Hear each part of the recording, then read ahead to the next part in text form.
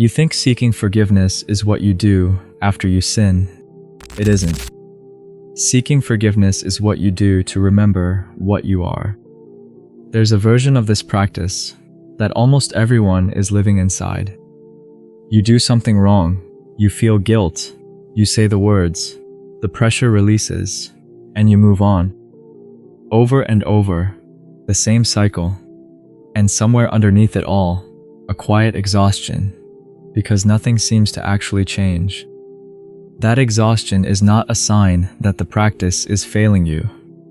It's a sign that you've been handed the door, but never shown what it opens. al-Qayyim al-Jawziyyah, one of the most precise spiritual scholar in Islamic history, wrote about this with a clarity that almost no one has matched. He said, "The act of seeking forgiveness is not primarily about sin. Sin is the occasion. What seeking forgiveness actually reveals is the structure of your existence, your relationship to your Creator, and the mechanism by which the soul either deepens or goes hollow." Allah says in the Quran, "Say, O my servants who have transgressed against themselves, do not despair of the mercy of Allah. Indeed, Allah forgives all sins. Indeed, it is He who is the forgiving, the merciful." That address, "O my servants," is not spoken to strangers. It is spoken to those He already claims. The first thing Ibn al-Qayyim noticed was the paradox buried in the practice itself. You seek to be covered by confessing you are uncovered. You repair your brokenness by admitting you are broken. You do not add something to yourself in this moment. You subtract an illusion.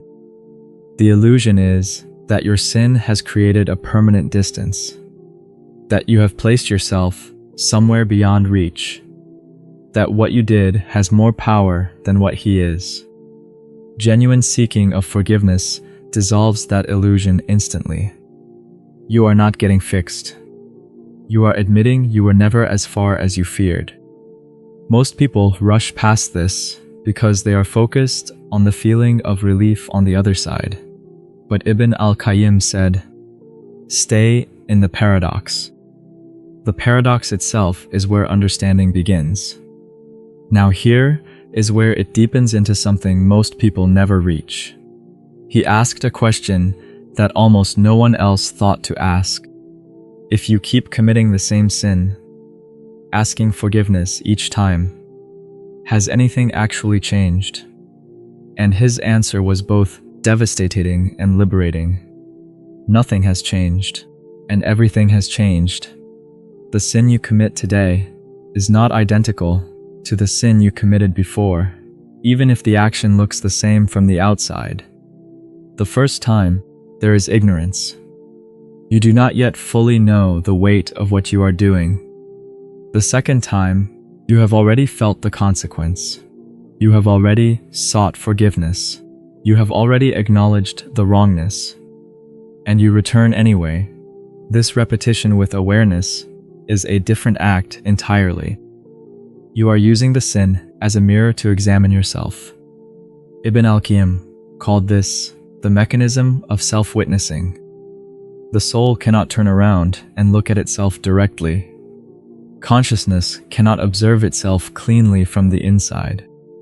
But when you commit an act and then genuinely seek forgiveness for it, a gap opens. In that gap, between the action and the return, you see yourself as you actually function, not as you imagine yourself to be. The person who believes they trust Allah and then panics in hardship sees something true. The person who considers themselves generous and then withholds wealth sees something true in that gap. Seeking forgiveness is not just repair, it is revelation. This leads to what Ibn al-Qayyim identified as the second great paradox. The more genuinely you seek forgiveness, the more you become aware of what needs forgiveness. Most people interpret this as spiritual decline. I used to be better. I used to feel cleaner. Now I see how much is wrong with me. Ibn al-Qayyim said that reading is completely backwards. You were always this way. You are just finally seeing it. And the ability to see it, that clarity, is itself a form of mercy, because you cannot change what you cannot perceive. The increasing awareness of your own shortcomings is not evidence of relapse. It is evidence that something is working. But then he takes it somewhere that changes the entire frame. He said, seeking forgiveness is not just an individual practice between a person and their Lord. It is the fundamental law of spiritual reality. Consider what is happening in creation at every moment, cells replacing themselves, waves arising and dissolving. Every form in existence is in a state of continuous return to its source, dying to one shape, being given another. The soul's act of seeking forgiveness is its participation in this same law. When you return to Allah with your confession, you are not performing a religious ritual. You are aligning yourself with the movement that runs through all of existence. This is why the Prophet Muhammad, peace and blessings be upon him, is recorded as having sought forgiveness from Allah more than 70 times in a single day. He was not doing this because he was sinning at that rate. He was doing it because he understood the mechanism. Every breath is the death of the previous moment and the birth of a new one. Every moment contains a small separation and a small return. Seeking forgiveness is the soul's conscious acknowledgement of that movement. Live deliberately rather than missed entirely. The most spiritually advanced person is not the one who has transcended the need to return. It is the one who understands the return most deeply and practices it most consistently. Ibn al-Qayyim identified 3 paradoxes that, understood in sequence, unlock 3 levels of reality. The first is personal. You become stronger by admitting weakness. The second is relational. You draw closer to Allah by acknowledging separation from Him. The third is the one that requires sitting with for a long time, because it sounds like abstraction until it doesn't. He said, you participate in real creation by acknowledging your own unreality. What he meant is this: everything that is created does not hold itself in existence. A tree does not exist by its own nature. It exists because Allah continuously creates it. If that creative act paused for even an instant, the tree would simply not be. Your existence is the same, borrowed, contingent, held in place by a will that is not your own. In the act of genuinely seeking forgiveness, you are not just confessing a sin, you are confessing this deeper truth, that nothing about you is self-sustaining, that you exist only insofar as you are a manifestation of the one who is truly real. You are not, only He is. When this lands, not as a phrase, but as a felt recognition, it reorganizes everything. You look at your anxiety differently because you see a creature that does not hold itself together, trying to control outcomes it never governed. You look at your pride differently because you see a form that is borrowing every quality it claims as its own. You look at your grief differently because you see something impermanent encountering the truth of its own impermanence. This is what Ibn al-Qayyim meant when he said, whoever truly understands this practice understands divine oneness, not as a theological position, but in their bones. He also named a trap. He called it false seeking of forgiveness. This is when the practice has become a pressure valve rather than a transformation. You sin, you say the words. The guilt releases slightly, and you continue exactly as before. The act becomes a way of managing the conscience without consulting it. And he said this condition, performing the return without genuinely moving, is more spiritually dangerous than not performing it at all, because it creates the feeling of purification while leaving everything unchanged. The closed door begins to look like an open one. He gave specific signs of a genuine return. There is grief, not emotional performance, but a quiet recognition of the distance between who you are and what you were created to be. There is specific change, not the intention to change, but actual movement, actual cessation, within a real time frame. And there is hiddenness. The genuine act does not announce itself.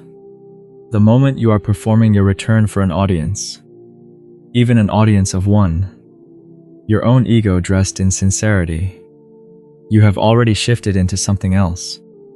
The deepest thing Ibn al-Qayyim ever said about this practice is that it is not linear. The soul does not seek forgiveness once, change, and then move forward without ever returning. It spirals. You encounter a sin at one level of consciousness. You seek forgiveness and reach a deeper level, from which you see the same sin more clearly. You encounter it again, and this time you see dimensions of it you could not see before. The same territory keeps appearing, but you are deeper in it each time. This is not failure. This is the mechanism of deepening. Early in the journey, you seek forgiveness for the obvious sins: anger, deception, neglect of what you owe to Allah and to others.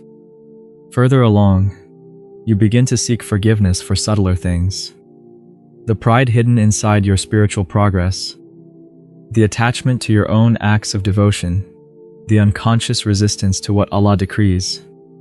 Further still, the practice becomes so refined that what you are returning from is the ego's quiet claim to be the one doing the returning. At the highest level, Ibn al-Qayyim described there is no longer someone seeking forgiveness from someone. There is only the one, continuously returning to itself, expressed through the form of a servant who is yielding. And here is the final thing he said, which is the most paradoxical of all. You cannot generate genuine seeking of forgiveness from your own will. You can produce the words. You can produce the motions. You can produce the emotional experience. But the kind that transforms, the kind that actually moves the soul, that is Allah drawing you back to Himself. You think you are returning to Allah, but Allah is returning you to Allah. The Quran holds both sides of this at once. He calls creation to turn to Him, and He is the one who accepts the turning of those He wills. This is not contradiction. This is the same reality viewed from two positions. Your turning is already part of His turning toward you. Your seeking of forgiveness is already mercy manifesting through your form. This practice, when it is alive, does not sit alongside prayer and remembrance and charity as one item in a list. It is the ground from which all of those grow. Prayer without this genuine acknowledgement is performance. Remembrance without it is sound. Charity without it is transaction. But when the practice is real, when there is genuine recognition of dependence, genuine confession of unreality, it transforms every other act into worship. Tonight, before sleep, sit for a few minutes alone. Ask yourself what you saw of yourself today. Not to condemn it, just to see it. Place it before Allah without carrying it, and watch yourself tomorrow. You are not a fixed self, with a fixed character making independent choices. You are a temporary form through which consciousness moves, dependent at every moment on a will that is not your own. Your sins are not simply failures of character. They are expressions of a creature that forgets what it is. And the return, the genuine, repeated, spiraling return, is the practice of remembering. May Allah make us among those who return to Him, again and again and again, and who find in that returning not burden, but the rhythm of being alive at all.